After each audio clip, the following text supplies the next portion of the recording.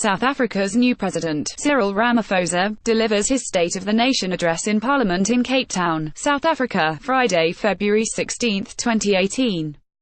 There are high expectations for Ramaphosa to curb corruption that flourished under his predecessor Jacob Zuma, who resigned earlier in the week. Ruben Boshoff, Associated Press, Cape Town, South Africa. South African President Cyril Ramaphosa delivered a message of optimism and renewal Friday in his first State of the Nation address, saying it's time for South Africans to put discord behind them and that the country will turn the tide on corruption in state institutions this year.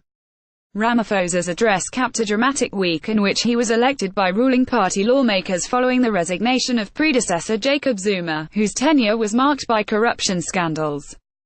Zuma was supposed to give the speech last week, but it was postponed because of the leadership crisis that fueled uncertainty and anxiety in the country of 57 million people. We should put behind us the era of diminishing trust in public institutions and weaken confidence in our country's public leaders, said Ramaphosa, who was Zuma's deputy before becoming South Africa's fifth president since the end of white minority rule in 1994. A new dawn is upon us, he said in a speech in Parliament that drew applause but was criticised by the opposition as short on meaningful solutions. Cyril Ramaphosa's plan for South Africa is too much of a continuation of the Zuma era, said MMUSI Maimane, leader of the opposition Democratic Alliance.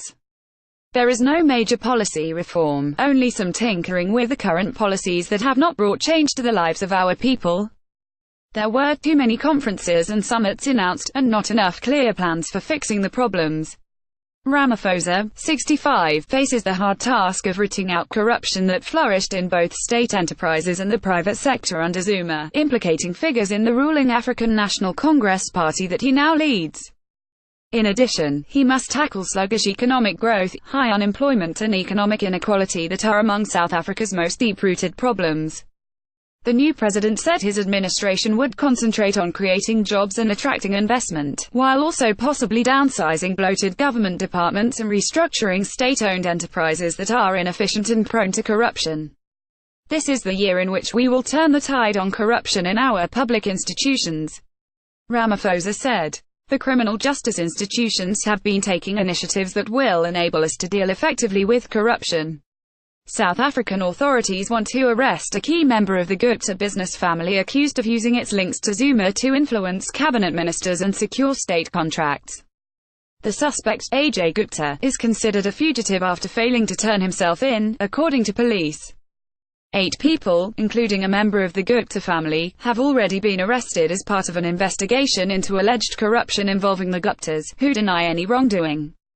The family is a flashpoint for national anger over state capture, the term used by South Africans to describe an allegedly wide-ranging effort to loot state enterprises under Zuma.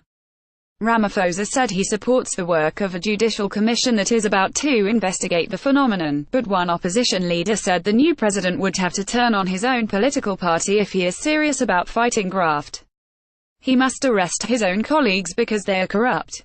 Julius Malema, head of the opposition Economic Freedom Fighters, told Enka Media.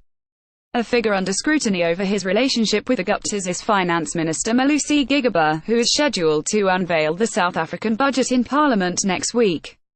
Opposition parties say Ramaphosa would be sending the wrong message if he allows Gigaba to deliver the budget speech, though the new president has yet to announce any cabinet reshuffle plans. Ramaphosa was a lead negotiator in the transition from apartheid to democracy and became one of South Africa's most prominent businessmen. He now leads a government anxious to shed months of political limbo and public frustration, and the strengthening of the South African currency, the rand, against the dollar is an indicator of optimism over Ramaphosa's ascent. However, the new leader indicated he is aware there are no easy fixes to South Africa's challenges, which date from the era of apartheid a generation ago. We remain a highly unequal society in which poverty and prosperity are still defined by race as well as gender, he said. Torchia reported from Johannesburg. Follow African news at https://twitter.com/app_Africa. Copyright 2018 The Associated Press.